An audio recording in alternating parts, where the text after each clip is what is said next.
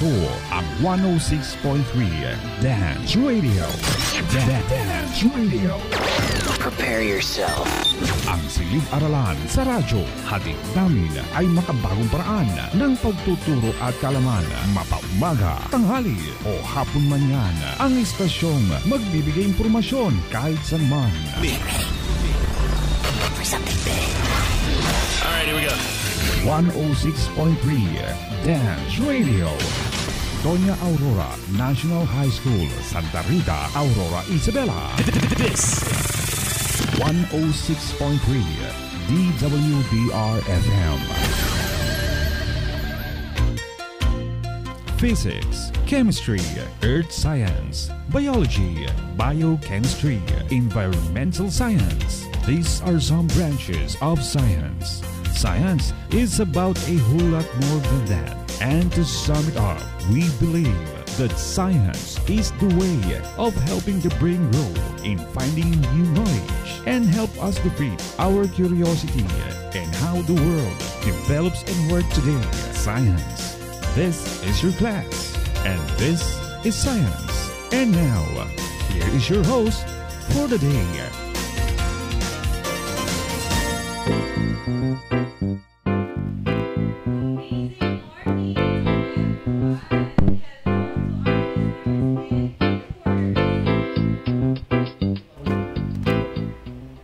Amazing morning, everyone! Hello to our listeners and viewers, most especially to our grade 9 learners. Hello! You are listening to our School on the Air 106.3 Dance Radio, where learning is more amazing. Hey, ma'am! Kamusta na kayo, mga grade 9 learners? With me today are the scientific grade 9 teachers. Good morning, Ma'am Jen, Ma'am Donna, and Ma'am Risa.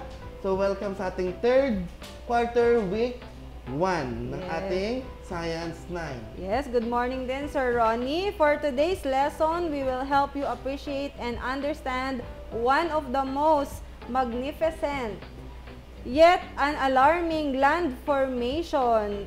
Alam mo ba kung ano yon, Sir Ronnie? Yes, ma'am. That is volcano. Yes, you are correct. So we will talk about volcanoes for today's lesson, mga anak. So listen intently to our on-the-air lessons. Stay tuned. We will be right back.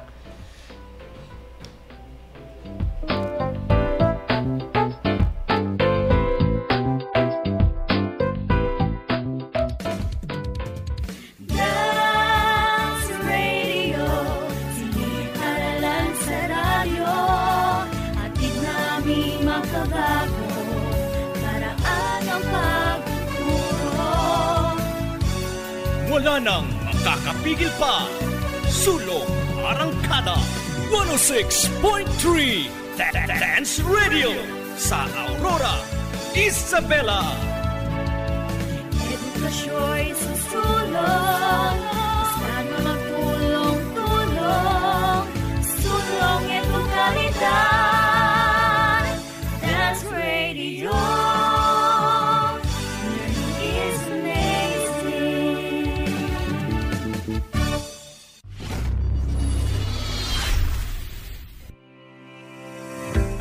Physics, Chemistry, Earth Science, Biology, Biochemistry, Environmental Science. These are some branches of science. Science is about a whole lot more than that.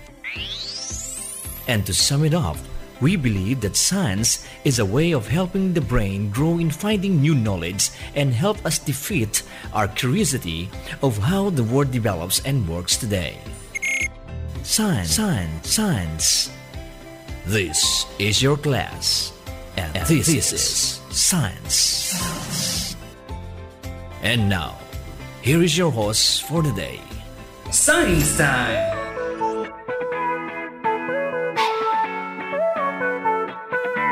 Good day, our dear listeners, especially our grade 9 learners.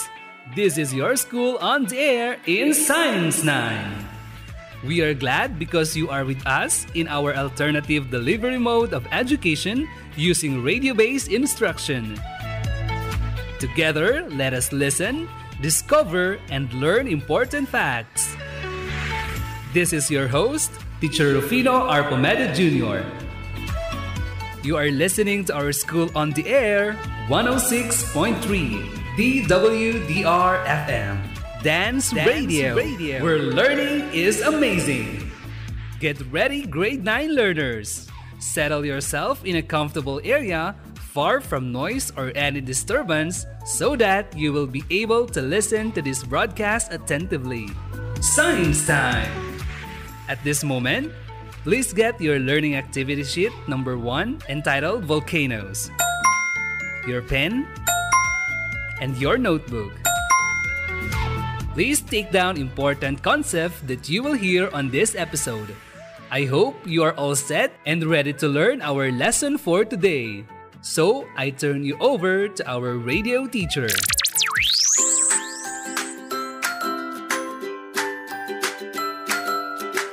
Wonderful day, our grade 9 learners!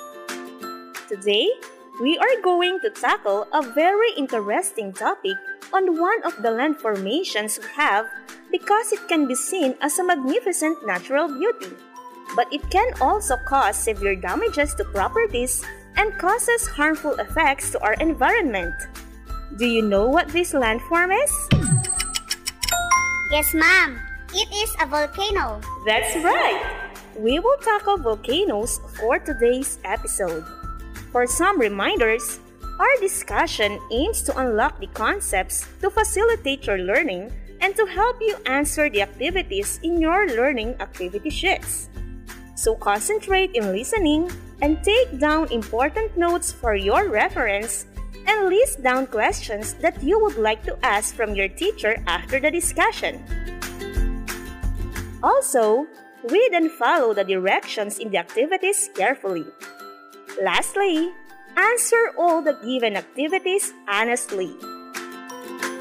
After going through this lesson, you are expected to describe the different types of volcanoes and volcanic eruptions. Are you ready? Let's start! Have you been to or maybe see a poster of Albay? Yes, ma'am.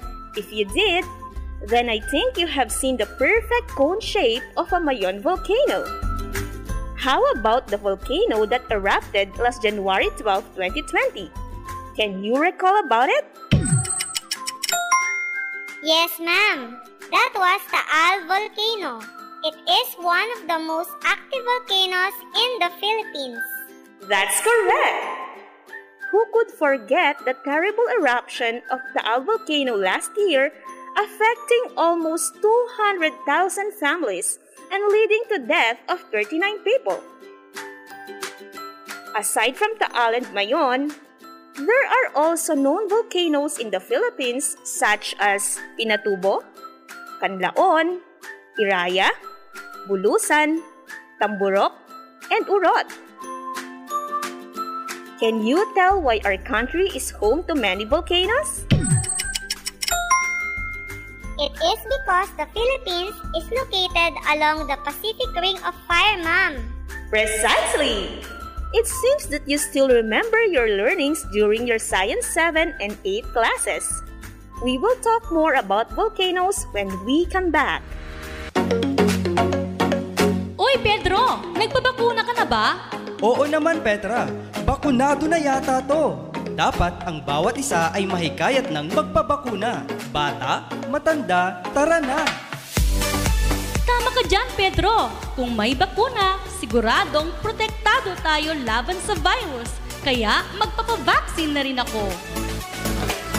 Tandaan, magpabakuna, siguradong protektado ka. Isang paalala mula sa Doña Aurora National High School at ng himpilang ito. Science time! We are back! Let us first define a volcano. What is a volcano? A volcano is an opening in Earth's crust that allows molten rock from beneath the crust to reach the surface, ma'am. Absolutely! The term derived its name from Volcano, an island of Sicily named after the Roman god of fire, Vulcan. The hot molten rock from the volcano is called magma when it is deep within the earth, and it is called lava when it flows to the surface. Along with lava, active volcanoes may release volcanic materials such as steam, ashes, rocks, and gases like sulfur.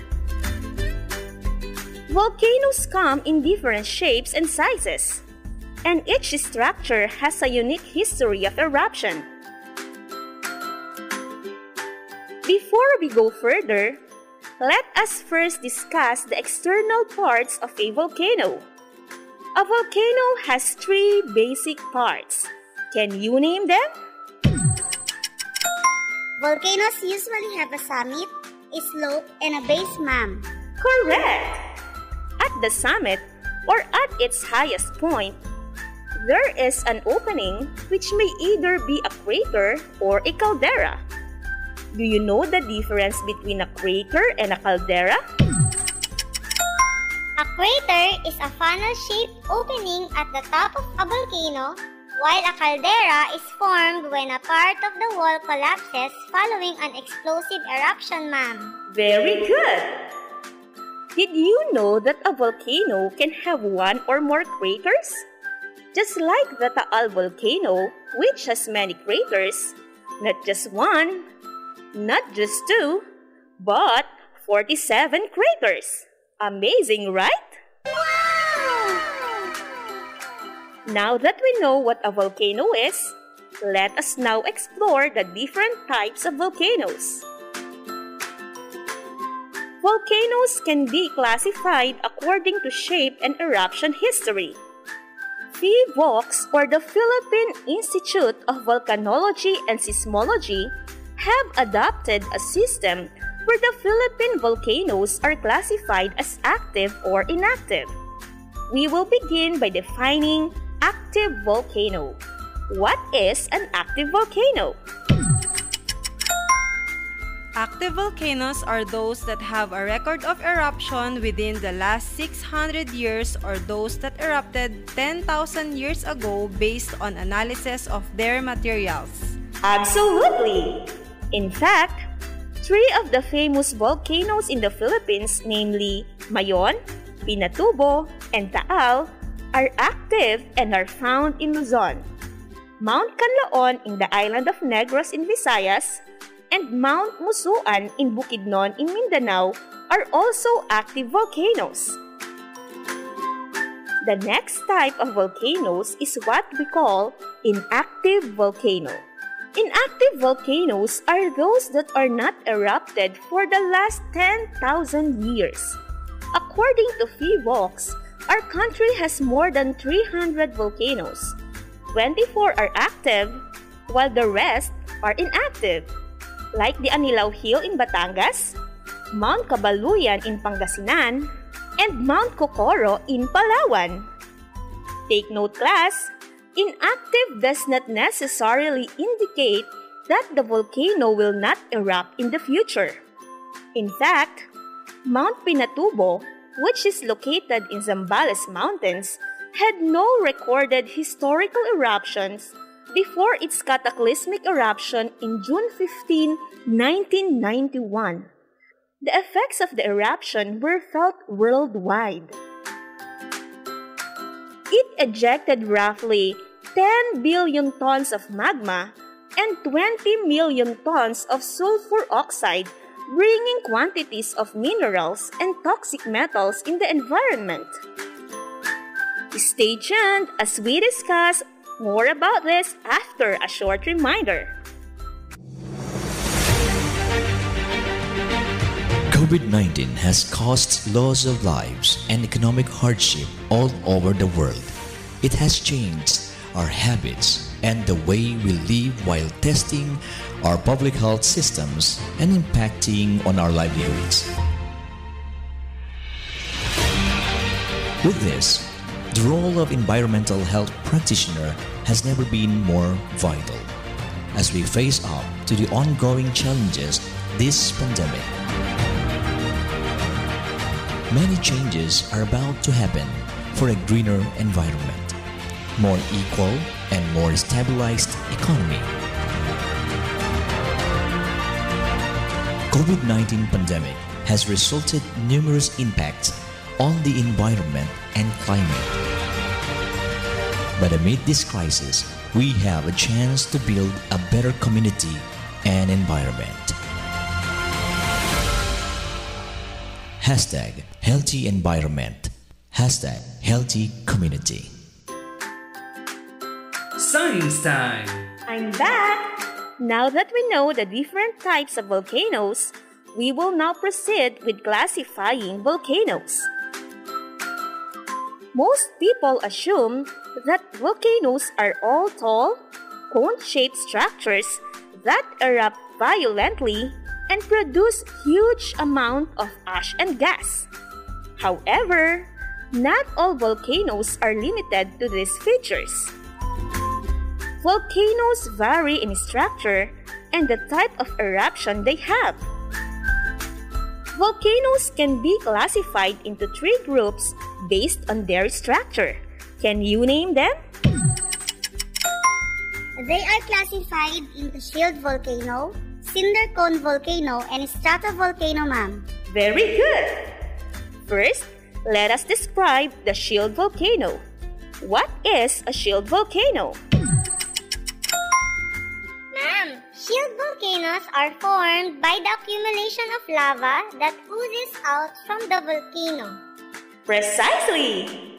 Since non-viscous lava can flow freely, a broad, slightly domed structure that resembles a warrior's shield is formed.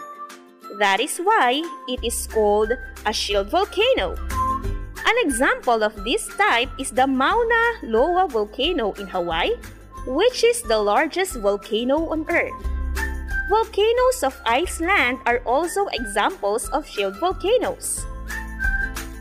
What about the next type of volcano, which is the cinder cone volcano? Ma'am, cinder cone volcanoes are built from ejected lava fragments. They have a steep slope, wide crater, and are the most abundant of the 3 major volcano types. Yes, that's right. Cinder cone volcanoes are also called scoria cones. They represent the smallest type of volcano, rarely exceeding 1,000 feet in height. These volcanoes are entirely composed of pyroclastic materials or volcanic ash. Taal volcano in Batangas has several cinder cones. The main crater of the volcano, also known as the Volcan Point, is a small cinder cone. Another example is the Cerro Negro cinder cone found in Nicaragua, having an elevation of 728 meters. Are you still with me, class? Alright, for the last one among these 3 categories, let us describe stratovolcanoes or composite volcanoes. Stratovolcanoes are tall, cone-shaped volcanoes that have periodic eruptions. Their steep slopes are made of layers of hardened lava and volcanic ash. The lava that flows from these volcanoes are highly viscous, which is why it cools down before it can spread far from the vent. Remember that viscous materials move more slowly.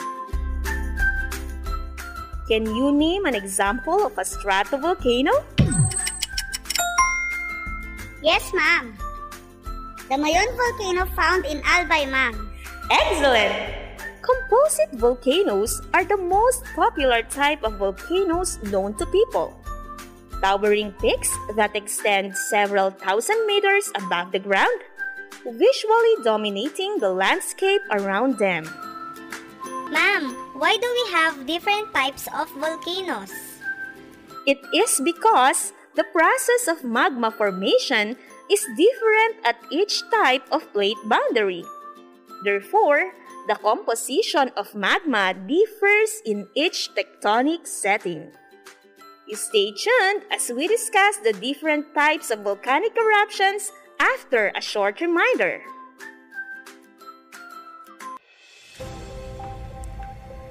Facts about COVID-19. What is COVID-19? COVID-19 is a disease caused by a new strain of coronavirus. What are symptoms of COVID-19? Symptoms can include fever, cough, and shortness of breath. In more severe cases, infection can cause pneumonia or breathing difficulties. How can we prevent COVID-19? To prevent the spread of COVID-19, clean your hand often. Maintain a safe distance. Wear masks when physical distancing is not possible. Don't touch your eyes, nose, or mouth. Cover your nose and mouth with your bent elbow or a tissue when you cough or sneeze. Stay home when you feel unwell, and if you have a fever, cough, and difficulty breathing, seek medical attention. This health advisory is brought to you by World Health Organization, Doña Aurora National High School, and this station. Science time! I'm back! Are you still there? Alright, let's continue. Volcanic eruptions are not usual events in the Philippines. This is why geologists and volcanologists from PhilVox work tirelessly to monitor these volcanoes. Volcanic eruption occurs when pressure from gases within the molten rock becomes too great. Eruptions can be quiet or explosive. There may be lava flows, flattened landscapes, poisonous gases, and flying rocks and ash from the vent of the volcano. There are 5 types of volcanic eruptions. Will you enumerate them? Yes, ma'am. These are hydrothermal or phreatic, phreatomagmatic, strombolian, volcanian, and plinian, ma'am. Correct! Phreatic or hydrothermal eruption is a steam-driven eruption. This happens when the rocks come in contact with water, producing steam in the process. It is a short-lived eruption characterized by ash columns, but may also be an onset of a larger eruption. Taal volcano demonstrated a phreatic eruption in January 2020. The same was also shown by Mayon volcano when it erupted in July 2018. Both eruptions sent steam and ash several hundred meters into the sky. Next, what is phreatomagmatic eruption? Phreatomagmatic eruption is characterized by a violent eruption due to the contact between water and magma. As a result, a large column of very fine ash, high-speed and sideway emission of pyroclastics called base surges are observed. Very good! Taal volcano in January 2020 and Mount Pinatubo in 1991, before its largest and most violent eruption, both demonstrated phreatomagmatic eruption. Strombolian eruption is a periodic 2-week violent eruption characterized by a display of a fountain of lava like the eruption of Mount Irazu in Costa Rica. Volcanian eruption is characterized by tall eruption columns that can reach up to 20 kilometers high into the sky with pyroclastic flow and ashfall. Lastly, the plinian, it is an excessively explosive type of eruption of gas and pyroclastics. The eruption of Mount Pinatubo in July 1991 is an example of plinian type of volcanic eruption. This eruption is often described by geologists as a cataclysmic eruption. It caused $700 million in damage, $100 million of which was damage to 16 aircrafts flying at the same time of eruption, and $250 in property, with the rest of a combination of agriculture, forestry, and land. These types of volcanic eruptions can be accompanied by other natural hazards such as earthquakes, mud flows and flash floods, landslides, acid rain, fire, and even tsunami. How exactly do volcanic eruptions affect human lives as well as the environment? Hazards from volcanic eruptions are as follows, ma'am. Eruption clouds, lahar flow, lava bombs, poisonous gases, pyroclastic flows, and volcanic ashes. Very good! While it is true that the volcanic eruptions can cause destruction in the environment, there are also several benefits that humans can harness from them. Volcanic ash contains minerals that are useful for plants. It allows the soil to retain water as well as help insulate plants. Volcanic ash can also be used for industrial purposes as an alternative for cement. Also, volcanoes provide the heat used to generate electricity and geothermal power plants. This time, please open your learning activity sheet number 1 to page 3. Let us answer activity number 1. Item number 1. This refers to the opening in the Earth's crust that allows molten rock from beneath the crust to reach the surface. I repeat, this refers to the opening in the Earth's crust that allows molten rock from beneath the crust to reach the surface. Volcano, ma'am. Correct! Item number 2. This pertains to the molten material formed at the depth and oozes up beneath the Earth's surface. Ma'am, magma. Very good answer! Item number 3. The molten material that erupts and flows out from the volcano. Lava, ma'am. Precisely! You may continue answering the rest of the activities at your most convenient time. Volcanoes are really interesting to talk about, aren't they? Before we end, let us have a quick recap about our topic. How are volcanoes classified? They can be classified according to structure and frequency of eruption or eruption history, ma'am. Based on their structure, volcanoes can be classified as shield volcano, that is broad and resembles a warrior shield, cinder or scoria cone volcano, that is small and has wide craters. Lastly, stratovolcano or composite volcanoes with nearly perfect slope structures. They are called active or inactive volcanoes according to their eruption history. Excellent! How about the types of volcanic eruption? These are hydrothermal or phreatic, phreatomagmatic, strombolian, volcanian, and plinian, ma'am. Great! It seems that you listened attentively to our discussion. Why are volcanoes important to life on Earth? Although volcanic eruptions are associated with negative effects such as loss of lives and properties, volcanic materials break down and weather to form some of the most fertile soils on Earth. Also, volcanoes become tourist spots which provide several benefits to the people living nearby. However, we should always be ready on the possible eruption since no one can predict exactly when a volcano erupts. That ends our lesson for today. I hope you have taken down important notes that you may use as your reference. Please answer all the given activities. Also, do not forget to answer the weekly validating questions and give your reflection afterwards. I am Teacher Benjelu, your teacher on the air.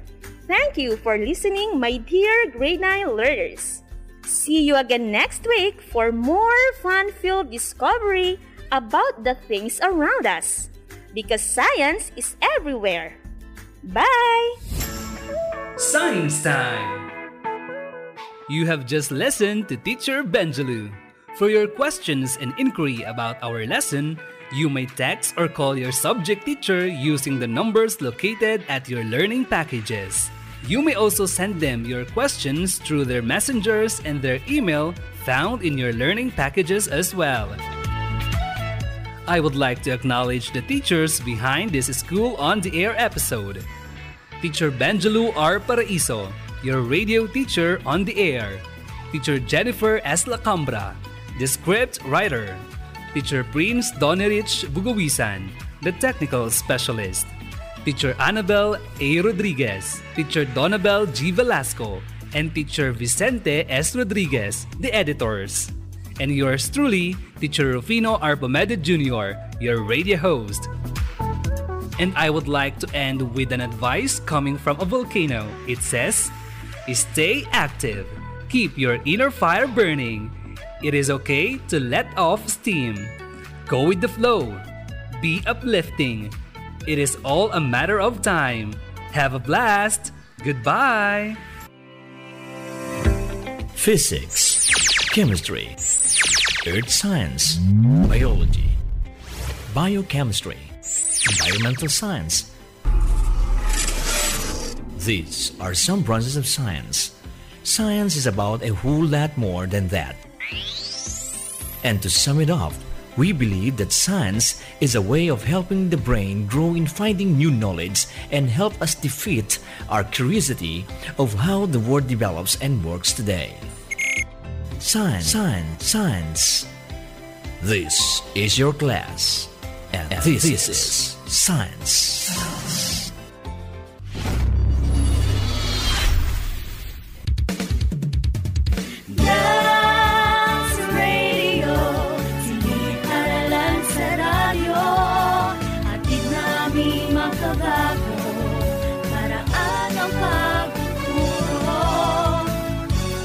Wala nang makakapigil pa.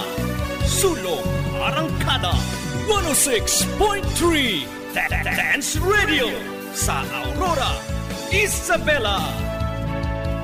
Edukasyo'y susulong, basta na magtulong-tulong.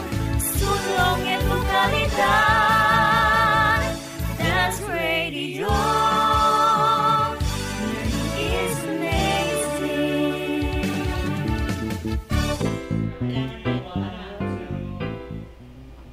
We're back! Ayan, that's it, our RBI lesson.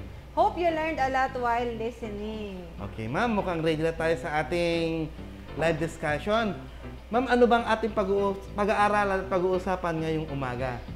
Okay, so today, sir, we will describe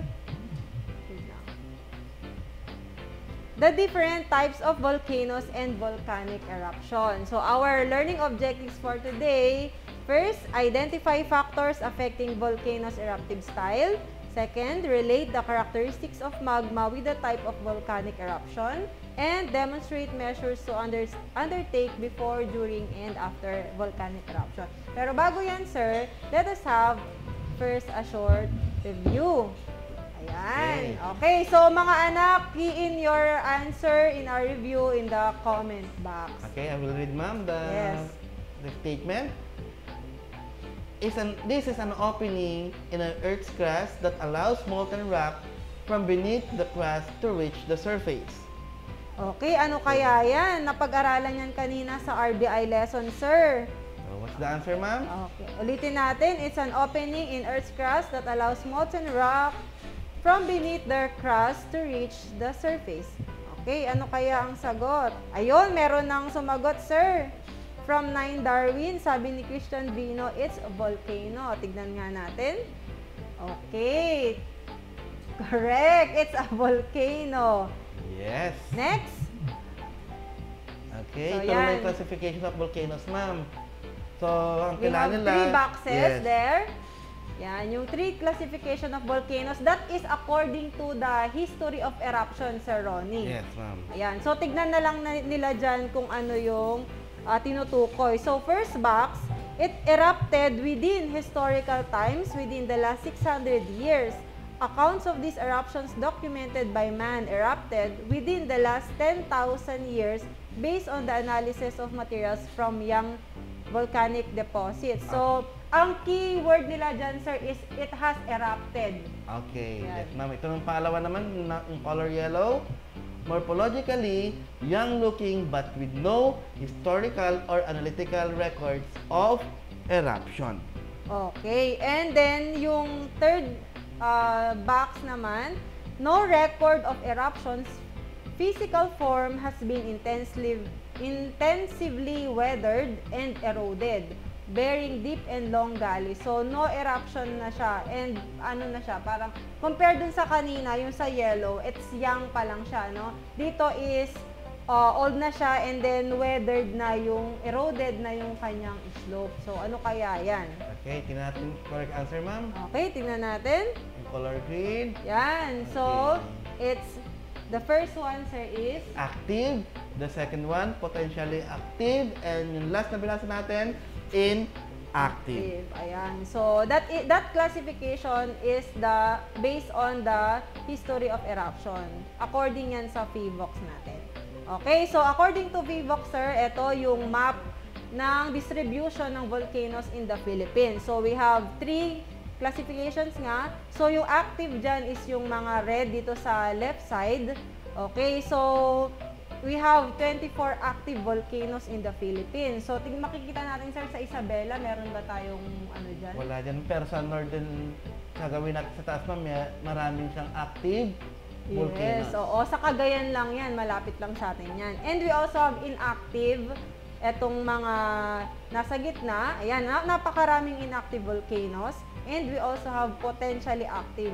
Pwede siyang, hindi pa siya active, pero may posibilidad na maging active siya. Okay, kung nagtataka kayo, bakit marami tayong mga volcanoes dito? Kung matatandaan nila, yung lesson nila nung Grade 7. Grade 7, I think, grade 8. Yes. Located po ang Pilipinas in the Pacific Ring of Fire. Yes, we're in, yan, dun naka-concentrate yung mga volcanoes natin, ano? Ayan, so third set naman ng question natin, sir, is the classification based on the shape naman, sir, yes, ano, ng volcano. Ano question number 1, ma'am? Okay. So, ano lang yan, pagpipilian nila yan yung, yung mga figures sa nasa left. Okay, first question, or first description, it's formed by the accumulation of lava that oozes out from the volcano. Ano kaya yung mapo-form dyan na volcano kapag nag-ooze out lang yung lava from the volcano? Okay, number 2, they are built from ejected lava fragments, have a steep slope, wide crater, and are the most abundant of the 3 major volcanoes. Yes, steep slope naman ito. Yung third is, they are large, nearly perfect. Perfect yung kanyang slope. Ang ganda. Triangle na triangle. Okay? Structured, formed from alternate solidification of both lava and pyroclastic deposits. So, ano kaya yan? Reveal na natin, sir. Ayan. Okay, so, for number 1, anong sagot natin, sir, dyan? Okay, letter C, that is shield yes. volcano. Yung number 2 statement. Letter B, that's cinder cone volcano. And the And the third one is yung sinabi natin kaninang nearly perfect slope ay letter A, wherein it is a composite volcano. Ayan tama yung mga sagot nila. C, B, tapos A. Okay, sabi ni Regilyn Bernardo. Yan, very good, anak ko. Nakinig sila sa ating RBI. Congratulations mga anak. It proves that you really listened well. Okay, so Sir Ronnie, naka-witness ka na ba ng isang volcanic eruption? Kung actual, ma'am, hindi pa. Pero napapanood ko sa mga balita and even sa mga movies na meron tayong napapanood na volcanic eruption. Oo, yes. And sa news, sir, ano? Yes. Yes. So, sa news, nakikita natin yung mga volcanoes na nag-erupt. Recently, okay, we have the Taal volcano. Nag-erupt pa rin siya actually, sir, no? So, we have some volcanoes found in the Philippines. Eto sila. Okay. So, we have Mount Mayon. Ayan, the magnificent Mount Mayon. Ang ganda niya. The Mount Taal. Sa Batangas. Yes. Mount Babuyan, Claro in Babuyan Island. It is found in the northern part of the Philippines. Okay, the Mount Bulusan sa Sorsogon. Yes. Mount Apo in Davao. Mount Pinatubo, Zambales. Ito yung isa sa may pinakamalakas na pagsabog. Yes. Okay, so ano ba ang agency na tumitingin sa kanila? Sir, nabanggit kanina sa RBI na merong natawag nating PHIVOLCS or the Philippine Institute of Volcanology and Seismology. So, anong trabaho nila, sir? Okay, this is an agency that is principally mandated to mitigate disasters that may arise from volcanic eruptions, earthquakes, tsunami, and other related geotectonic phenomena. Okay, since ang Pilipinas talaga ay home ng mga active volcanoes and marami pa active, inactive, potentially active, napakarami. Okay, so natanong mo na ba, sir, have you ever wondered why volcanoes erupt? Bakit nga ba? Oo nga, ma'am, bakit nga ba nag-erupt yung volcano? Kundi naman yung mga bata, para walang problema, hindi na lang ba pwedeng takpan na lang yung butas o yung crater ng volcano, meron ako napanood diba? na ganun ang ano niya, tinakpan niya, pero sa cartoons to, sir, tinakpan niya para hindi mag-erupt. Pero wala, lalo siyang sumabog. Okay, dati, sir, sa mga katutubo natin, may mga myth sila dyan. Ang tawag myth, mga belief nila kung bakit nag-e-erupt ang bulkan. Sabi nila, pinaparusahan daw sila. Ayan, parang dun sa Taal Volcano. Yes, minsan nagagalit yung... Oo, nagagalit yung Bathala. Ayan, so...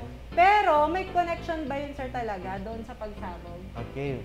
Siyempre, ma'am, scientifically speaking, talagang merong reason kung bakit sumasabog or nag-erupt ang volcano. Yes. So, meron talagang scientific basis, mga anak. So, let's talk first about what is volcanic eruption.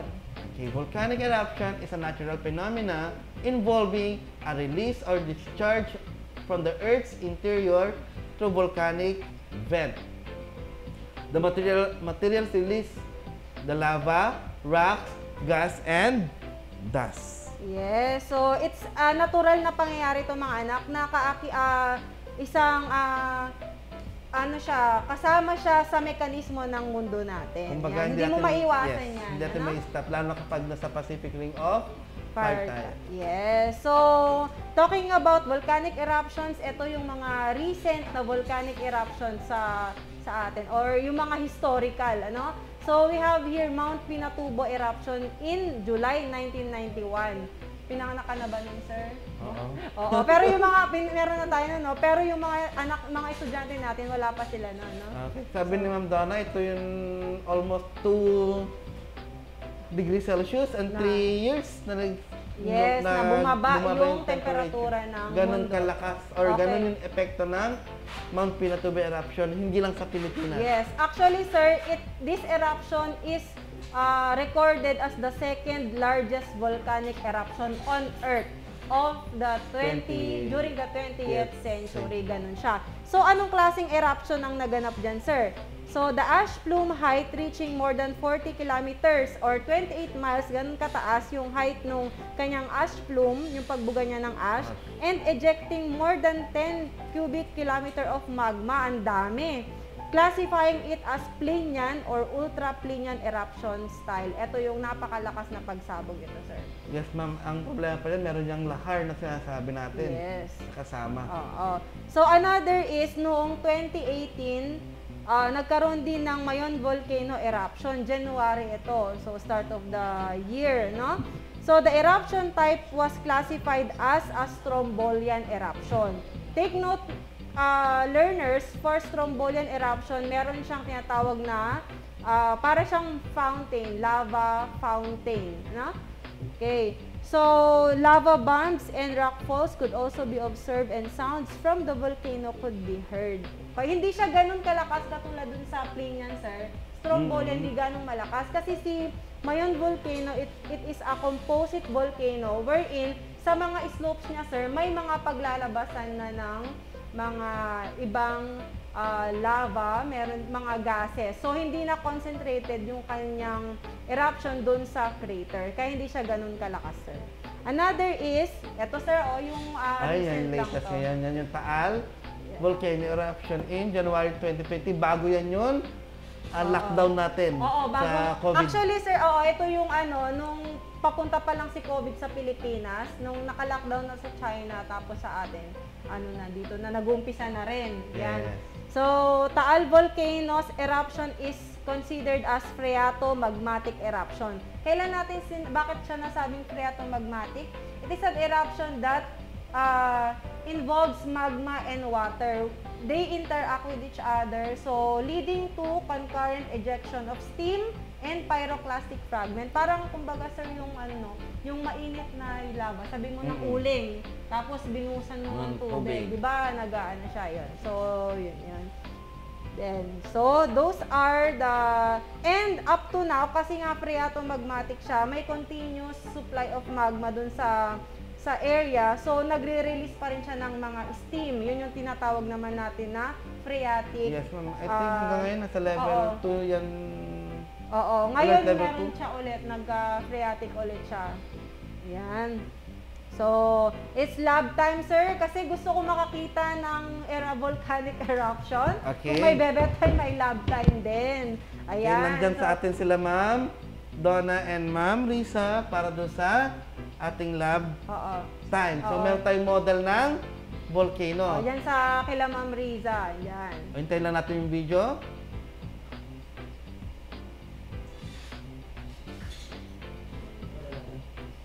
Ayan, so, Ma'am Riza, so we have here a model of a volcano. Kung face-to-face sana mga anak, kayo mismo ang gagawa nito, no? Sa inyong mga klase. So, yan, bibidyohan na nila para makita niyo yung cross-section ng isang volcano. Okay, tingnan natin, ma'am. Ano ba yung mga parts ng volcano? Harap mo, ma'am.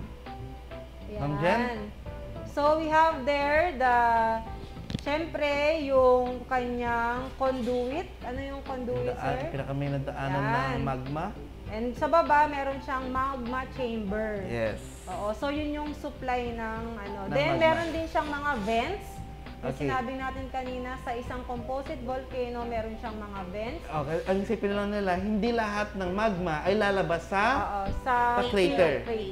So may mga vents yan lang, kumbaga, butas na pwedeng labasan ng magma. Okay, so yan.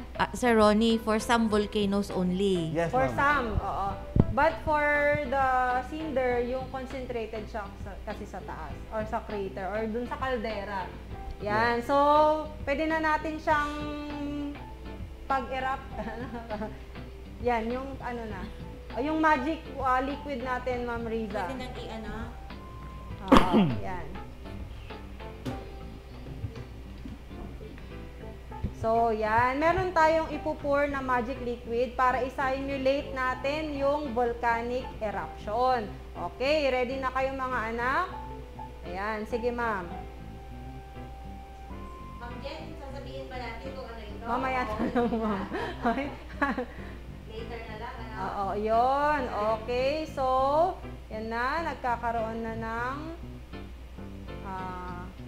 bumubula siya and then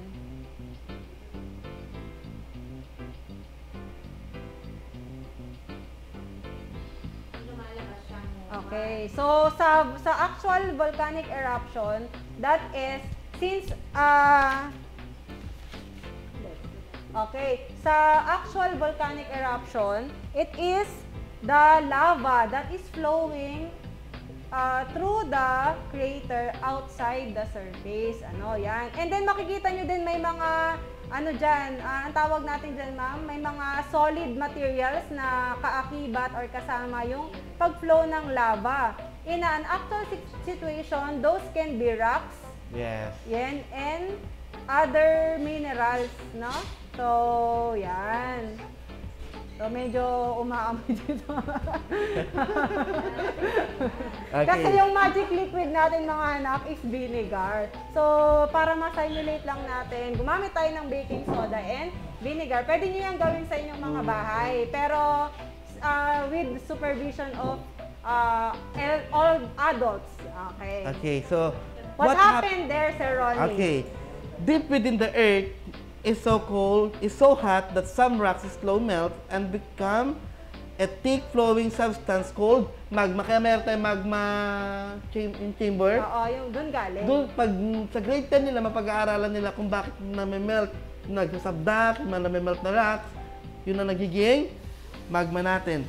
Since it is lighter than the solid rock around it, magma rises and collects in magma chambers. Eventually, some magma pushes through the vent and fissures to the Earth's surface. Magma has erupted is called lava. Ulitin natin, hindi lahat ng volcano ay mayroong vent. Tama? Yes. May mga volcano talagang walang vent. So, volcanoes erupt when magma and pressure come together. High pressure, high temperature, definitely magkakaroon ng volcanic eruption yan. Yeah. And the pressure blows off the top of the solid rock and the magma pours out. So talagang kailangan yung pressure, temperature. Yes.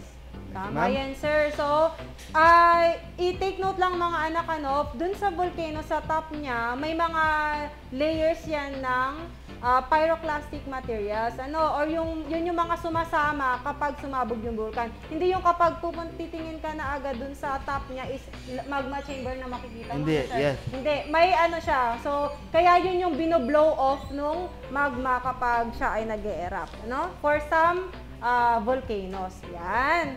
So, how can, dito sir may picture tayo, How can you differentiate the volcanic eruptions in the picture? Okay, ma'am. Yung isa, ma'am, explosive, napakalakas. Samantalang itong isa, yung nasa right natin, kapag harap yung screen, yung magma, nagpo-flow lang siya, ma'am. Yes, sir. So, pwede pa lang ganyan, nag-flow lang, sir? Okay, nakikita ko sa Geographic Channel, ma'am, sa Hawaii, ganyan. Pag-flow o pag-explode ng volcano. Yes. So, what do you think is the cause of their difference? Ano kaya ang dahilan? Bakit nag-iiba-iba ang style ng eruption or volcanic eruption type ng mga volcanoes? Yan. Sasagutin yan nila Ma'am Riza and Ma'am Donna. Ayan. So, magandang katanungan, Ma'am Jen. What determines the nature of eruption? We have three here, Ma'am Donna. The magma's temperature, its chemical composition, and the amount of dissolved gases it contains. So, these factors can affect the magma's viscosity in different ways. So, bago natin i-discuss itong tatlong ito, ma'am, let us define first viscosity. What is viscosity? Ayan. So, viscosity is the property of materials' resistance to flow. It also describes as the liquid's thickness and stickiness. Ayan, so makikita nyo dyan sa picture natin, mga anak, sa right side. Ayan, kung gaano, pag sinawag nating viscosity, ito yung pag-flow ng isang liquid. Ayan. So, more viscous and thicker the material is, the greater its resistance to flow. So, kapag sinabi nating more viscous, ma'am, mas mahirap siyang mag-flow. Ayan. Kapag less viscosity, ayan, yung mas madali siyang mag-flow. Compared yung, ayan yung picture natin dyan sa taas, that is more viscous siya kaysa sa pag-flow ng liquid water. So, more viscous means mas mahirap siya mag-flow, less viscous, mas madali siyang mag-flow. Ayan, Ma'am Donna. So, before we go directly to the effect of the different factors that affect viscosity, medyo isingit ko lang, Ma'am Riza, why is it that we still have to discuss this topic regarding the viscosity of magma. So, ito importante ito, although wala tayong erupting or active volcanoes in our area, pero importanteng malaman natin ito for our own sake, ano? Kasi baka mamaya mapunta tayo sa mga lugar na may mga active volcanoes, may mga kamag-anak tayo, no? So the viscosity of the magma, however, is also an important factor in determining whether an eruption of a volcano will be explosive or non-explosive. So pagka viscous kasi, it also affects how the volcano will explode during eruption. And this also will give information, especially to FIVOLCs or other groups, no, which are considered prime movers during a volcanic eruption, no, to determine if the lava that will flow from the volcano could travel fast or slow. Kasi pag mabilis mag-travel ang lava from an erupting volcano, ang mangyayari dyan, Ma'am Riza, yung ating emergency action or yung mga action emergency response magiging mas mabilis kasi nagta-travel yan once lava will be expelled out, no, from a volcano, it will start to travel. Paano kung ang bilis-bilis nga pala niyang mag-travel, ano? So, yan yung dahilan kung bakit kailangan nating i-discuss ito. So, there are several factors that affect the viscosity of magma. Magma siya pag hindi pa nakalabas, pero pag nakalabas na, lava. We term it as lava. Okay, so first is the temperature. So, the viscosity of magma decreases with temperature. So, yan, pagka lumabas na, automatically magdi-decrease na kasi nasa open air na siya, no? Mas malamig na yung So, nagiging more viscous siya once it is already expelled out. So, the higher the temperature of magma is, the lower is its viscosity. Ano ang ibig sabihin nito, Ma'am Riza? So, pag mas mataas ang temperature, mas mainit siya. Yes, mas mainit kasi, okay. Ma'am. So, pag mas mainit siya, ang nangyayari sa viscosity niya, mas mababa. So, sabi mo kanina, Ma'am Riza, pag ma-higher ang viscosity, slowly ang motion. Yes, slow motion. So, ibig sabihin, pag mas mainit yung lava, mas mabilis mag-flow ang lava from a volcanic eruption. Yes, so, ibig sabihin, mas malayo yung kanyang distance na kaya niyang i-reach for a shorter period of time. Diba? And as lava flows, it cools and begins to harden. So, habang tumatagal naman yan na nagta-travel, yung kanyang temperature ay bumababa and it begins to harden. So, tumitigas siya, magiging bato. Yes. Okay? Its ability to flow decreases. So, yung kanyang property, no, to flow decreases. Ibig sabihin, tumitigas na siya. So, mag-i-stop yan and eventually stops. So, ganun lang siya. So, habang mainit na mainit, kalalabas niya, mabilis siyang mag-travel. Okay? Let's now move to the second factor. Yan. The second factor is the effect of magma's composition of viscosity. Ano nga ba tong composition na to? So, magmas with high silica content are more viscous than those with low silica content. Ayan, 'di ba? Ano tong silica natin, Ma'am Donna? Yan yung yung silica natin, Ma'am Riza, 'di ba ang magma sabi natin these are molten materials or molten rocks. So, pag nasa loob yung mga bato, yung mga rocks natin, nasa liquid, ang consistency niya ay liquid, pero alam natin that these rocks are made up of different minerals. Yes, ma'am. And itong tinatawag nating silica is one of the major minerals present in our rocks. Siya din yung nagpapakintab. Ayan. O yung, di ba, pagka nakita natin yung mga bato sa yung dagat. Hindi, yung buhangin na lang. Kasi yung yes, buhangin ma'am. ay small pieces of rocks din yan. Na naaarawan. Oo, naaarawan, di ba may... Parang shining, shimmering. Shimmering, ano siya, property. Yon, Yes, sila yon. Yan. So, dito naman, kapag low ang silica content natin, more viscous siya.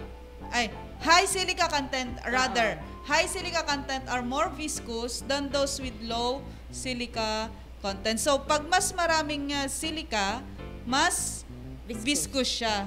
Ayan. Kapag low ang kanyang silica content,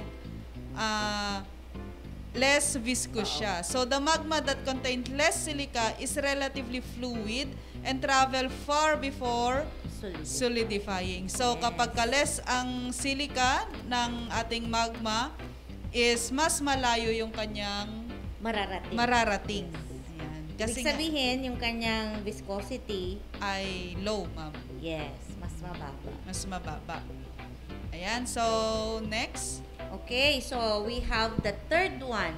The effect of the amount of gases contained in magma to viscosity. Ayan. So, itong dalawang images na nakikita natin dito, we have two volcanoes here, yes, which are at the same time erupting. Kaya lang, we could see the image on the left with less gas in the magma. So, yung kanyang eruption is siguro more silent. Yes, ma'am. Hindi ganun ka-explosive. Yes. And then, more gases in the magma will cause a bigger explosion during volcanic eruption. Yes. So, yan yung nakikita natin doon sa picture.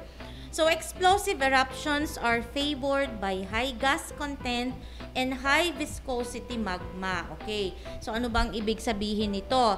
So, when volcanoes erupt explosively o yung napaka-violent niyang mag-erupt, so, ano yung una nating mapapansin dyan?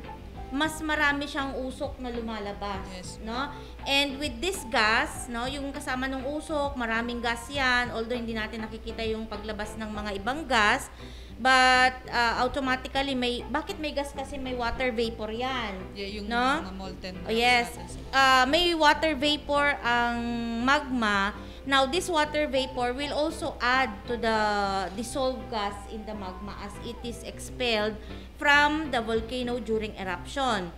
And sabi niya, high gas content, no? Magkakaroon ka ng high viscosity. So, ibig sabihin, pag maraming gas, more viscous ang lava, more eruptive ang volcano. Bakit? Kasi mas viscous kasi. Yes. Kailangan niya ng force to expel out the magma. Yung pressure, malakas. So, kailangan niyang mag-explode ng malakas, Yes. Ma'am Riza. So, alam na natin yun. Pag may mga volcanic eruption na malakas, explosive, ibig sabihin maraming dissolved gases. Okay?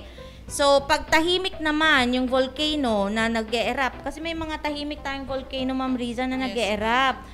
So, kanina nasabi ni Sir Ronnie, saan yun, Sir Ronnie? Sa Hawaii. Yung parang nagflow lang, ma'am. Yes, yung parang ilog lang na nagflow ang tubig. And the volcanoes in Iceland also. So, non-explosive eruptions are favored by low gas content and low viscosity magma. So, mas mabilis mag-travel yung kokonti ang gas. Yun ang ibig sabihin nung huli kong binasa, Ma'am Risa. Yes. Pag maraming gas, mas mabagal siyang mag-move kasi mas mataas ang kanyang viscosity. Okay, and this now allows the lava to harden on the slope of the volcano.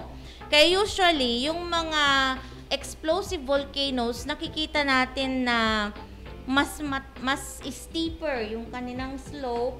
This is because of the hardening, no? Hardening of the anong tawag doon? Lava bago siya makalayo doon sa crater. So, bago pa siya makalayo, ma'am, na-harden na doon sa taas. Yes. Kaya sila medyo steep. Kaya yun ang nakikita natin, yung mga explosive volcanoes medyo matataas sila, like Mount Vesuvius, Mount Etna, Mount San pa? Paricutin, yung sa mga volcanoes natin in Indonesia. Yes. Nandyan yung napaka-explosive volcanoes in Indonesia. Okay?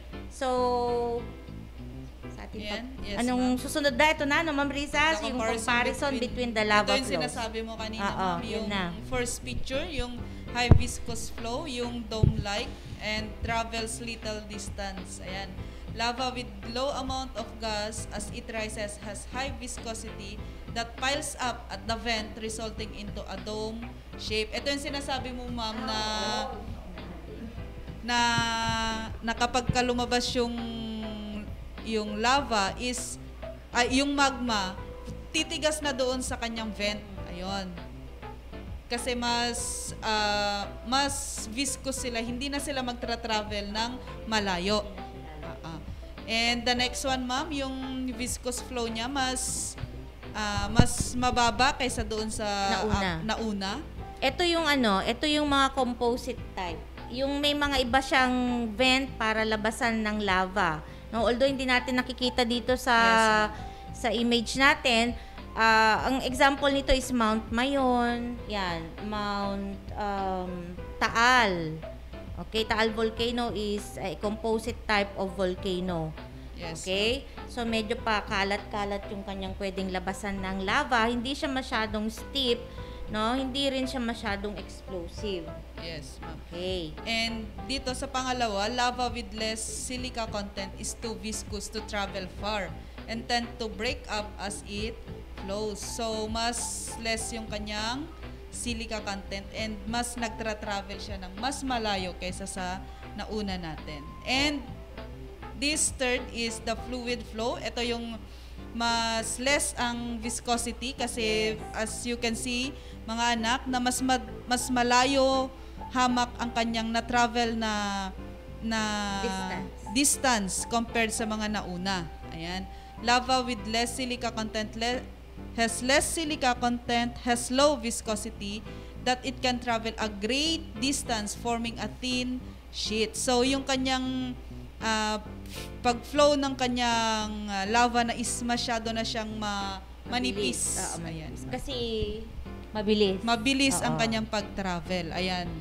Yan, Ma'am Risa, siguro yung mga nakikita natin sa National Geographic na umaabot na siya sa dagat, ano? Yes, ma'am. Yung flow ng lava. Yung mga nalalapitan nila. Oo, yun. Kasi hindi siya ganun ka-explosive din.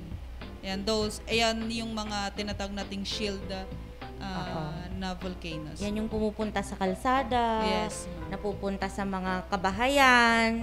Yan. Okay? So, we have the comparison between the different lava flows, no? Creating different slopes of volcano. Okay, Ma'am Jen? Yes, thank you, Ma'am Riza and Ma'am Donna. Ang galing, ano? So, nakasalalay sa viscosity ng magma yung kanyang type of eruption and also yung makikreate na shape ng volcano. Okay, so Sir Ronnie, since we talk about volcanic eruptions, how do volcanic eruptions affect the society? Okay, so magandang katanungan yan, ma'am. So, merong mga positive effects ang volcanic eruption pero meron din namang mga negative effects. So, dito muna tayo sa positive effects. So, number one, ma'am. So, volcanoes have a large effect on their locality. They produce ash, lava, volcanic bombs, pyroclastic flows, and lahars. As ash from large volcanoes has been known to affect global climate. Ito din sinabi natin kanina, ma'am, dun sa Mount Pinatubo. So, the effects of volcanoes can be both positive and negative. So, these are the positive effects. Number one, geothermal energy. So, actually, ma'am, kahit wala namang volcanic eruption, itong geothermal energy na utilize natin, basta merong active volcanoes. Tama, ma'am? Yes. So, geothermal energy is where heat from within the earth is used to generate electricity. Geothermal energy can be generated in areas where magma lies close to the surface. This is good for increasing our renewable energy use. So, yun yung una. Pangalawa, ma'am, yung ash ejected by the volcanoes act as a good fertilizer for soil. So maganda pala yung fertilizer yung mga ash, ma'am, na na-eject ng volcano. And volcanoes attract many tourists who enjoy the dramatic scenery that they produce. Ito yung, baka sabi, ay maganda pala pag pumuputok yung volcano. Ito yung pagmalayuan, ma'am. Di ba? Ang daming mga photographer na kumukuha ng picture. Yes. Kasi ang ganda niyang tingnan. For example, yung, tawag dyan yung yung Taal volcano. Nung sumabog yan, nakocoveran siya ng clouds, tapos meron mga kidlat. Yes. Ang ganda niya sa picture. Lalo na sa gabi, sir. Yes. Tapat yung Mount Mayon, ang ganda niyang tignan na sa gabi. Nagpo-flow yung mga lava palabas, pababa dun sa slope niya. Ang gandang tignan kasi kumikislap. Kaya dyan na, di ba, naging sikat si ating Miss Universe 2018, si Catriona, kasi yung gown niya, lava gown. O, di ba? Yung gown na ginamit. Oo. Okay. So, yes. So, ito naman, ma'am, yung mga... Okay. So, meron din tayong mga negative effects. So, kanina, yung positive, may mga positive even without the eruption. The presence mismo, yung presence lang ng volcano ay meron ng idudulot na positive effect. Ano? So dito, kapag nagkaroon ng volcanic eruptions, syempre, it's very dangerous.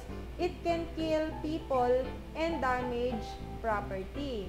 Ayan, lalo na dun sa mga sa mga ayaw pang umalis sa kanilang, sir, kasi meron tayong tinatawag na hazard zone, ilang kilometer yon in diameter, 14 kilometer diameter, radius pa, tama. So, ibig sabihin 28. Doon sa layo, sa paligid ng bulkan. So, it can damage their property. Yon. So, kung meron kang mga pananim malapit dyan, syempre masisira yon. Sir? Kasi yung mga ashfall, sobrang kapal yon kung bumagsak. Matatabunan yung mga plants and even the soil. Okay? Next is economic activity can suffer as it is hard for businesses to operate after an eruption. It is very true, sir, during 2020 nung nag-erupt si Taal Volcano, yung mga establishments doon sa Batangas ay nagsara kasi yun nga, nasira na yung mga resorts doon, sir, yung mga businesses doon, nag-stop talaga sila kasi hindi na halos mga gamit. Pero ngayon, sir, nagre-recover. Okay, nagre-recover sila. Oo. Then, habitats and landscapes are damaged by lava flows. Yan. So, yung habitat, yung tirahan, yun nga, na yung bubong, bumagsak. Bakit bumagsak? Kasi ang bigat ng lava, ay yung ash na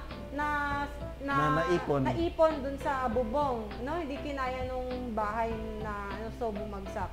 So, nasisira yung mga yon, and then also landscapes. Okay. So, during 1991, sir, meron tayong mga natives na nakatira doon sa Mount Pinatubo. Yun yung mga Aita mga katutubo nating Aita. Sir? Sila yung isa sa mga pinaka-naapektuhan nung sumabog yung Mount Pinatubo. Yes. Okay. Nung una, kasi doon sila talaga nakatira, no? Yes. Yung pamumuhay nila kumbaga doon talaga yung community nila. Yes. Indigenous community. Yes, sir. So, some of them refused to go away, mag-evacuate. Nagtago sila sa mga caves doon, no? Pero hindi rin sila nakaligtas dahil nga sa sobrang lakas ng pagsabog. Plain yan, di ba, sir? Sobrang lakas. Okay, pero ngayon, they are in 1999. So, 1991 tapos 1999. Saka lang sila nagsimula ulit na bumalik doon sa Mount Pinatubo. And then, they are resuming their lives there on the slope of Mount Pinatubo. Ayan. So, the eruption, their tradition, way of life, has been deeply affected by the disaster. Okay, so add lang natin, sir, yung sinabi mo kanina, during Mount Pinatubo eruption din, nagkaroon ng 2 degrees Celsius decrease in the temperature of the Earth. Hindi lang ng Pilipinas, sir. Buong mundo, sir, no? So, ganun kalakas yung eruption nung nangyari yun. Positive ba yun, sir, or negative? Yung eruption na yun. Yung pag-decrease. Okay. Meron positive, ma'am, kasi because of the temperature, nabawasan yun, init dito, yan, yung heat dito. Pero may negative din, sir, no? Kasi yung mga plants natin, kailangan nila ng sunlight, ano? Hindi sila gaano nakakuha nun ng hindi sila gaano nakapag-photosynthesize noon. So, nagkaroon ng problema nun sa pagkain, ano? Lalo na sa mga plants noong time na yun. Okay. So, despite the advantages that people get from the volcanic eruption, the major concern now is how to reduce the negative effects of the disaster, to reduce loss and save lives. Okay, so, makapansin mo dyan, ma'am, to reduce, sabi niya, hindi totally, kasi hindi natin maiwasan yan. Volcanic eruption, hindi natin maiwasan. We cannot control Yes, the we cannot volcanic eruption, but we can prepare ourselves and on how to reduce the damage. Ano, yun yung tinatawag nating preparedness. Okay, so dahil dyan, sir, meron tayong group activity sa mga bata, no? So, ang mga estudyante natin, binigyan natin sila ng reminders to still follow, since group activity to, sir, still follow the safety protocols, ano? Yan. So, ito ang kanilang the group activity. Okay, so tingnan natin yung output ng group 2 ito. Okay, ng mga 9 Anonas students.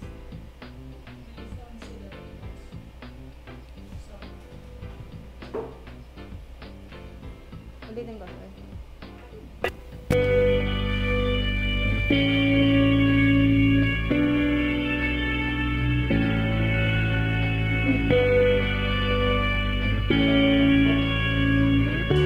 Prepare all the necessary things to bring once evacuation is needed, such as food and heat, food, water, battery-operated radio, light sources, and batteries. 2. Wear a 95 mask to cover nose and mouth for the ashfalls of the volcano. 3. Keep emergency phone numbers. Charge your electronics like mobile devices and power banks in case of power interruption. 5. Follow authorities' instructions if they tell you to evacuate the area. Don't forget your pets. Stay calm, don't panic. Avoid low lying places because lava flows and fast flows are most likely to pass here.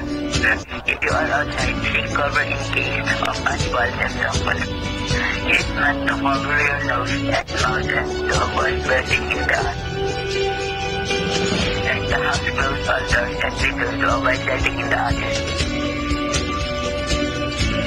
Always stay indoors and watch for your kids. They might be tempted to go out. Stay in the evacuation center and wait for further instruction and do not leave until said so. Number 1. Do not leave your home or indoors shelters until notified by the local government that it is safe to do so. Number 2. When you are alone, to go back to your house to check it. Leave your kids with someone who can take care of them. When in your house, clean everything and check if there's damage secured. Use mask when cleaning. Number 4. Wait for the further announcement related to volcano activity. Number 5. Make sure that your house is still safe for all of you. Okay, so that's it. The output of grade 9 Anonas group 2. Okay, so meron pang meron bang next. Okay, meron pang isa, sir. Ayan.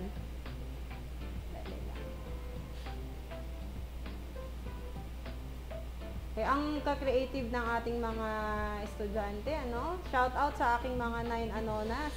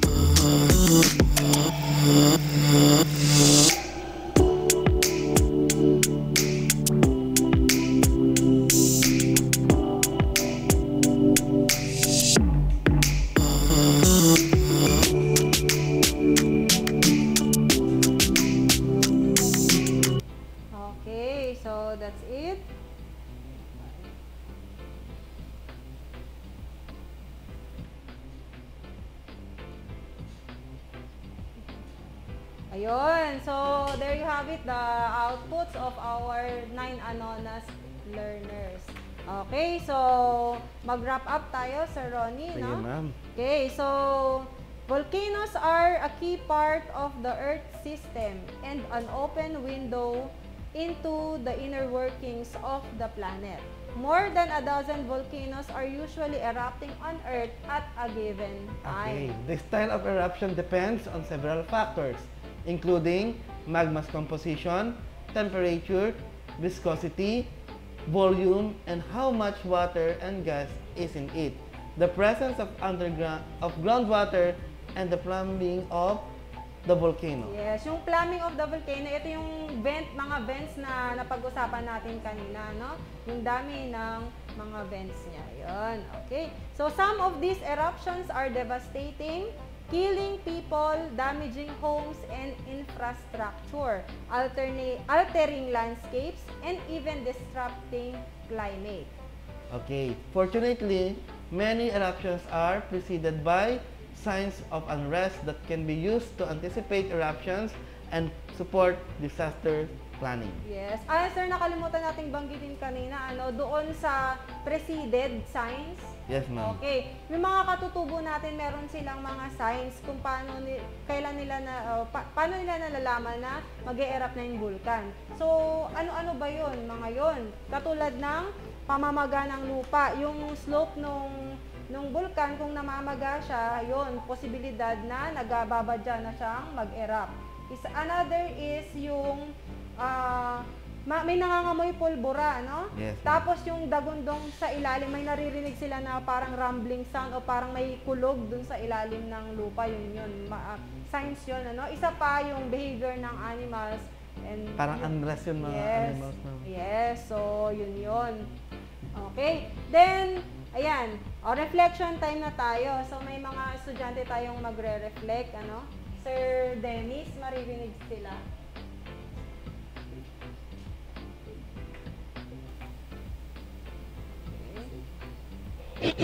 I did learn from this lesson that a volcano is a mountain that opens downward to a pool of molten rock below the surface of the earth. Volcanic eruptions can be quite calm and effusive, or they can be explosive. In an eruption, gases and rock shoot up through the opening or spill over or fill up the air with the lava fragments. Eruptions can cause lava flows, hot ash flows, mudslides, avalanche, falling ash, and floods. So, sinagot niya yung what I have learned in this lesson. I did learn from this lesson what did like the most affect volcanoes are the benefits it provides in people such as volcanic rock and ash provide fertile land which result in higher crop yield from farmers. Tourists are attracted to the volcano, which increases money to the local economy. Geothermal energy can be harnessed, which provides free electricity from locals. Ayun. So, yun sir, no? Yung mga estudyante natin na nagbigay ng kanilang mga reflections. Okay, since may time pa tayo, sir, ito yung response ng Pilipinas sa volcanic eruption. Napag-aralan din nila ito sa kanilang araling panlipunan, sir, no? Yes.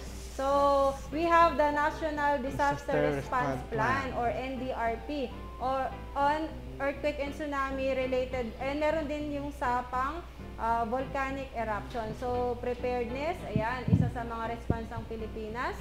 Meron din tayong bayanihan. Okay, talagang Talagang sa spirit na ng mga spirit na ng Pilipino. mga Pilipino yung bayanihan. Bayanihan system. Yes. Ano ba tawag doon? Yes.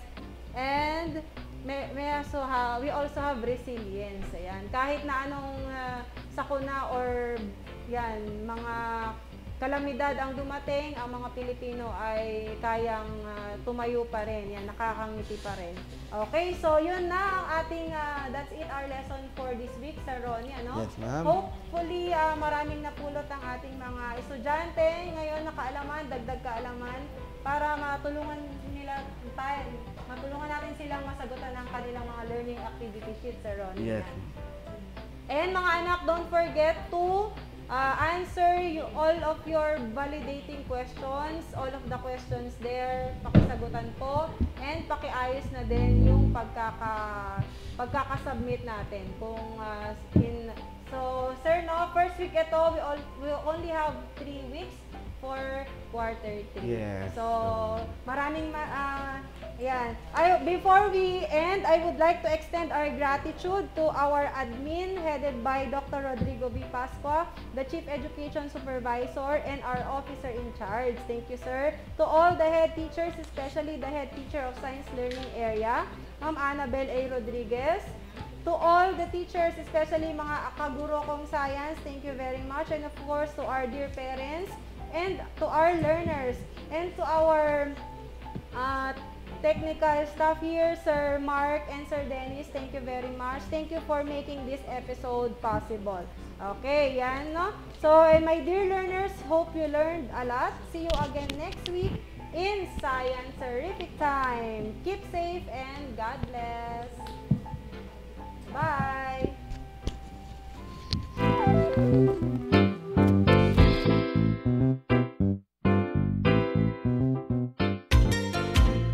Physics, chemistry, earth science, biology, biochemistry, environmental science. These are some branches of science. Science is about a whole lot more than that. And to sum it up, we believe that science is the way of helping the brain grow in finding new knowledge and help us defeat our curiosity in how the world develops and works today. Science. This is your class, and this is Science. And now, here is your host for the day. Ito ang 106.3 Dance Radio.